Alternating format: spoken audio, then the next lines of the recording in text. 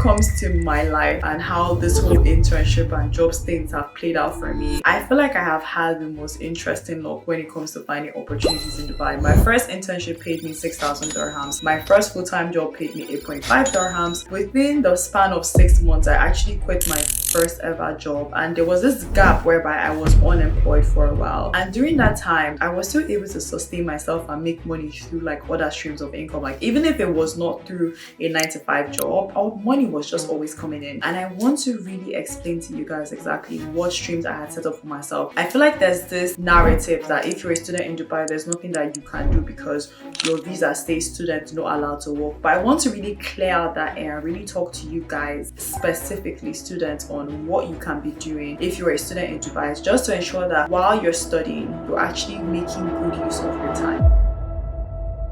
Hello and welcome back to the page. My name is Choma, the Dubai blogger on TikTok and on Instagram, and on YouTube I am Dubai Sis in the City. This channel is all about sharing with you guys all the experiences that I am having as a black woman here in Dubai, and just showing you all the steps that I am taking to make sure that this city actually works for me. If you're somebody that you just moved to Dubai and you're chasing that big Dubai dream, this page is definitely for you. Now let's get into today's video. I have had the most interesting luck, as I mentioned previously, when it comes to finding jobs.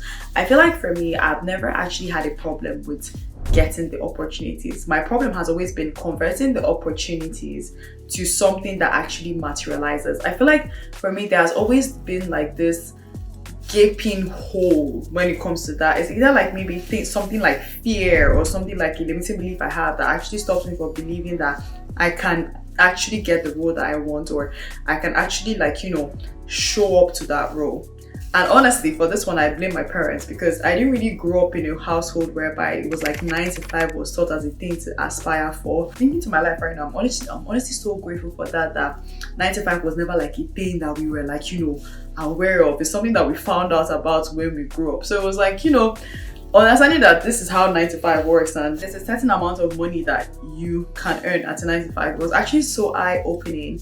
And I thank my parents for that, because I feel like that gave me room and allowed me to actually dream and actually like question myself on like what kind of life do I want. Because if I had just programmed my life to believe that I was working towards a specific number, I feel like I would have felt like so caged and so trapped and so limited. But regardless, you being afraid to work and you feeling like you cannot get any opportunities in Dubai is a limiting belief that we have to unclog, regardless of if you want to do a 9-to-5 or if you want to start your own business. When it comes to being a student in Dubai, as I said before, we always have this idea that if you're a student, you can't do anything that can make you extra source of income, right? But that is not true. From my experience, these are actually a list of stuff that you can do that can actually make you second income if you're a student in Dubai. So this is the list here. I'll go over them one by one. So first on the list is interning at your university. Honestly, this one I dreaded.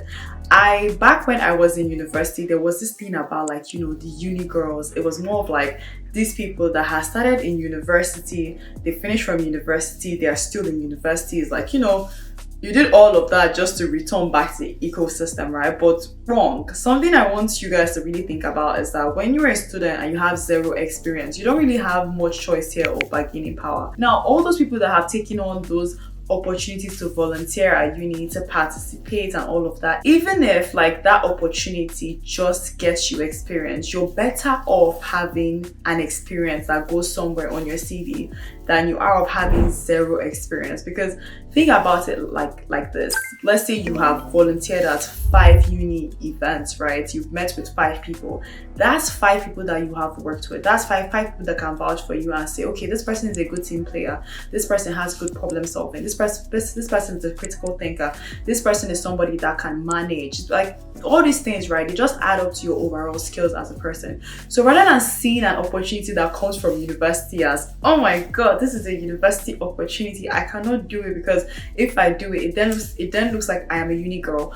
Actually think about how can this opportunity serve you on a larger scale? How can you actually use this opportunity to kind of forward you towards the path that you have? And something you should never sleep on are the connections that your university has. So many of the best opportunities that have come to me was because of the connections I had at university. Not job opportunities, I'm talking about life opportunities. My first mentor was from my university. My first speaking gig was from my university. So don't ever sleep on the fact that universities can be a very great pool for you to learn, for you to grow, and for you to rise. Start with what you have, learn from where you are, and then when that time is ready, God is going to ship you to the room that is going to be for you. You cannot sit down and jump to that room. You have to work to be in that room. The second opportunity is paid volunteering at events. I'm sure you guys have seen like so many events that happen in Dubai. I'm sure you guys have seen GITEX, UTEX, Expo. Like if you count the amount of events that happen in Dubai, like you will go crazy. Like there's so many, almost every single day they are posted on Eventbrite. And these are events that are going on. Now I want you guys to like pause and actually think of this, right? If there are events for people, who do you think will manage the people? People. So these events, they obviously need people that would help out, and most times they like working with students because they're young, they're fresh. It's kind of like lower cost for them. But even if it's not even like lower cost or it's even unpaid, it's the same thing that I'm saying here. Learn to see avenues for you to grow. Even if those avenues do not monetize now, who's to say that they will not monetize in 2 years time? Who's to say that they will not monetize after a while? Like, see all these avenues as opportunities for you to grow, not as a one fix all approach. Like, you don't have to have everything now. If it doesn't come now, it can come later. But it's better that it comes later when you already have the skills and the experiences to match that. So aside from the fact that, okay, let's say for example you're somebody that you want to still get paid, fine. One of my first high paying amounts I ever received as a student was volunteering at COP28. Literally, like, these are the pictures, and this was when I was a student. And mind you, there have been students that have been doing this ever since their first year. I got into this in my 4th year. So let's say for example you were a student, right, and you were doing this since your first year. Let's say you set a target for 3 events every single year, which is very doable. And let's say a minimum of what these events are paying is like 4,000 dirhams per event. That means each academic year you have 12,000 dirhams. That means after 4 years you have saved up 48,000 dirhams. You're better off having 48,000 dirhams for you to play and do whatever it is that you want to do than for you to not even have any money at all. So I feel like most times we sleep on this idea of like, we're students, we can't do anything. Our visa said that we cannot work. Wrong.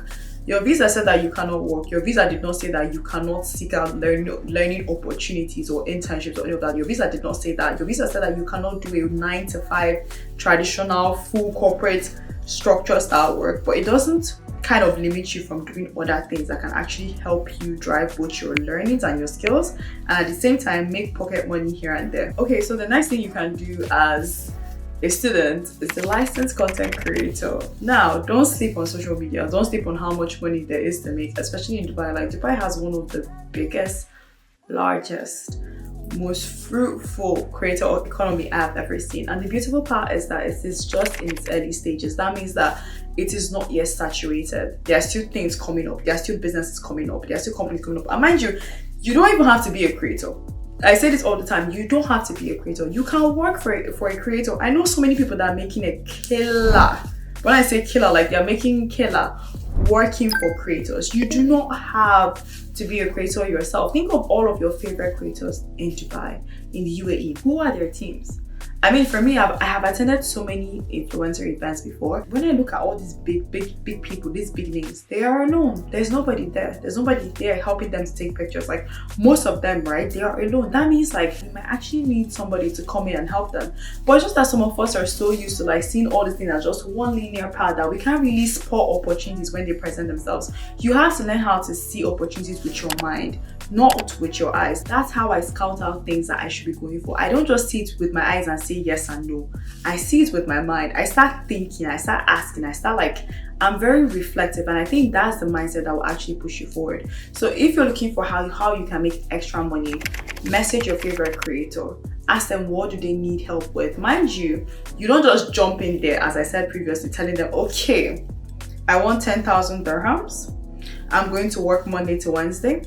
I'm going to know. You have to go in there, provide value, see exactly the gap that you can fill. And then when you have filled that gap so well that only you know how to fill that gap, then you can ask for the money that you feel like is manageable for you. But don't throw away an opportunity to learn from a creator because they are not meeting your financial standard when you yourself, you are not even meeting what they would even want from an employee. There are definitely way more things that you can do aside from the list of stuff that I just gave you guys to earn money as a student. Like, there's a whole pool of stuff that you can do, but based on my experience, based on what I have seen people do, based on what I have seen that has like the fastest ROI, these top 3 are the ones that I stick to, and these are the top 3 that I always recommend all students to start with, because it's very easy. Like, barrier to entry is so low. Barrier to entry of like working at your university is literally so low. You just have to go downstairs, show enthusiasm, ask questions, and get involved. That is literally just it. In general, in terms of payment, you can make anywhere between 2,000 dirhams to 6,000 dirhams. It honestly depends on what the role and what the job is. Sometimes you can make way more. As I said, if it's like a long-term opportunity or a long-term gig, you can definitely make way more. But just know that the more money you make, that means the more time you have to sacrifice, especially because you're a student. Like, I'll be so honest with you guys, people would want to kind of take advantage of you as a student. It's more of like, you know, they are excited and thirsty to learn. They are young, they just finished from school, so it's like they have this like hyper energy, like they want to go out there and work, they want to do this, they want to do that. And that's how I was, that's how all of us were. But rather than like allowing it to be something that was salty and bitter, I was like, okay, you know what, this is actually going to happen either ways. I might as well just find new ways to learn and actually position myself as somebody that could be trusted. Okay, so we're going to make a part 2 of this video where we talk about job hunting and all tips and trips I learned about job hunting as a student with zero experience. Let me know the questions that you guys have in the comments. I actually have the video script ready, but I just want to know if there are other questions that you guys would like for me to know. Let me know in the comments, and I'll definitely add all of that into the next video. Thank you so much for watching this video. We finally come to an end, and it was such a pleasure to just sit down and talk to you guys and just tell you guys everything that I have learned from being a student. And please, if you're a student watching this, don't give up. Dubai is difficult for everybody. It's not you, it's not anything wrong that you're doing, it's just how the market is. When I finished from university, I went through a full 8-month break where I was unemployed. I got 0 jobs, 0 opportunities. It happened to me and my best friend. It happened to some of my closest friends as well. It is normal. You are not abnormal, you are not weird, you are not strange. It's just how the market is, and please do not internalize that. Go out there and do the best with whatever God has given you, and with time and in due season, God is going to multiply what you have. Thank you so much for watching this video again, and I'll see you guys in the next video. Bye guys.